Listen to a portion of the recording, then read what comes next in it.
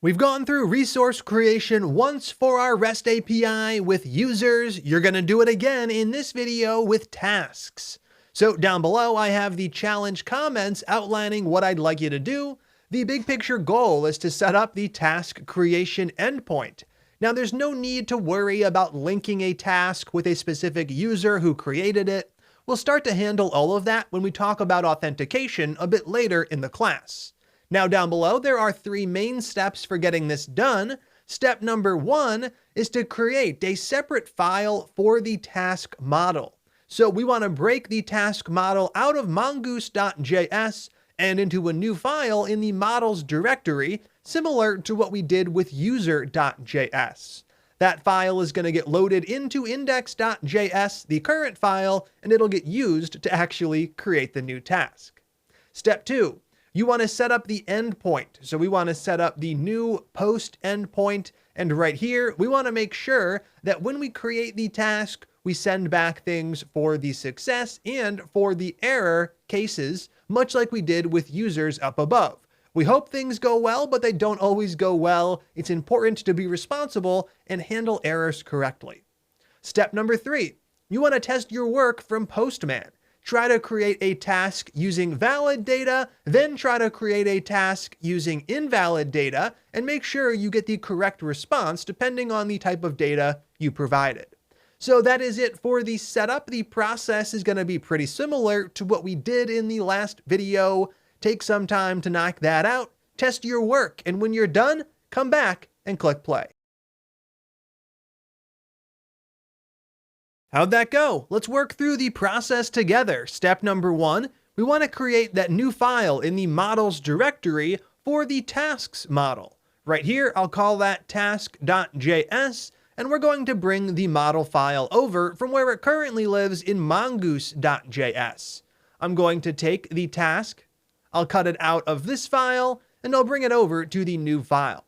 Now we do have to make sure we have Mongoose required since we are using it right here. So up top, we can get that done.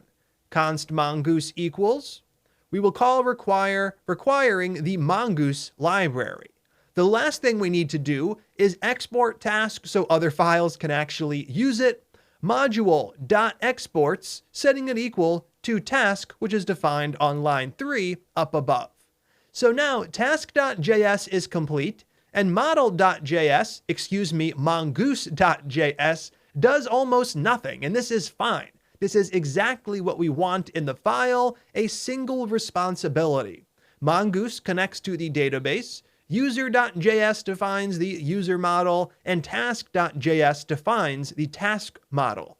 Next up, inside of index.js, we have step number 2. We want to make sure to set up that endpoint. Before we do, let's load in the task model. So up above, just below where I grab user, or above, the order isn't important, const task equals, I will require the new file, ./models/task, excellent. Now we can set up another call to app.post to set up our other resource creation endpoint, app.post, setting up the path, which would be /tasks, and setting up that callback function. We get the request, we get the response, and inside of the function, we're going to go through the process of actually creating the new task. To start that off, const task equals. Right here, I'll use the new operator with the task constructor function, and once again, I will provide request.body as the object which contains the properties we're trying to set up for the new task we're creating. Next up, we'll be calling task.save in an attempt to save that new task to the database. Now things might go well, or they might go poorly. We want to handle both cases. So I'll set up a then call for when the promise is fulfilled right here. We'll go ahead and set up that callback function inside of then, and I'll use response.send to send back the task if things go well. Down below, we'll be setting up that catch call as well. This one gets access to the error that occurred. And down below, inside of that function, I'll use response.status to set up the 400 status code, and then I'll use .send with E to send back the error. Now let's go ahead and move on to the final step, which is to test things out from Postman. I'm going to remove the challenge comments down below. I'm going to go ahead and save index.js, and we're going to set up a new request in the task app collection. Right here, from the menu, I'll add a new request, and I can name this one something like create task, and down below, it's already selected the task app collection. I'll save the new request, and I can click it to go through the process of actually filling it out. For this one, we are indeed using the post method, so let's make sure to switch that up inside of VSC. We called app.post when we set up the route. Then we'll set up the URL. That's localhost:3000/tasks. Now, currently, this is not enough to actually fire it off in a way that causes a task to be created. I could go ahead and send it off, but we're going to get validation errors back with a 400 status code. We want to make sure to provide the necessary data. So right here, body, we'll go down to raw. We're going to switch from text over to JSON. Then we'll go through the process of defining the data we want to send. Now, the only thing we have to define is the task description. So over inside of task.js, we have our model definition, we have description, which is required, and we have completed, which is optional. So over in Postman, I will set up description, and I'll go ahead and give it a value equal to what the task I'm creating is going to be. I'll go ahead and do something like finish Node.js course. Now, if I go ahead and actually send that off, we'll be able to see our response down below.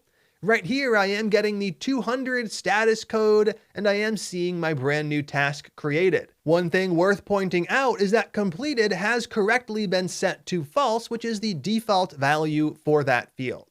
So right here, we have a pretty great setup for our two resource creation endpoints.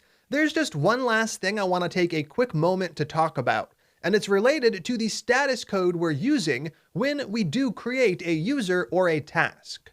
By default, if you send back data and you don't change the status, Express sets it to 200, assuming that things went well. As we saw, we can always customize that. Now, in our case, if we head back over to that HTTP statuses website and go to the home page, we can see that there are more than one way to say that things went well. We have a few different success codes. 200 is a generic OK.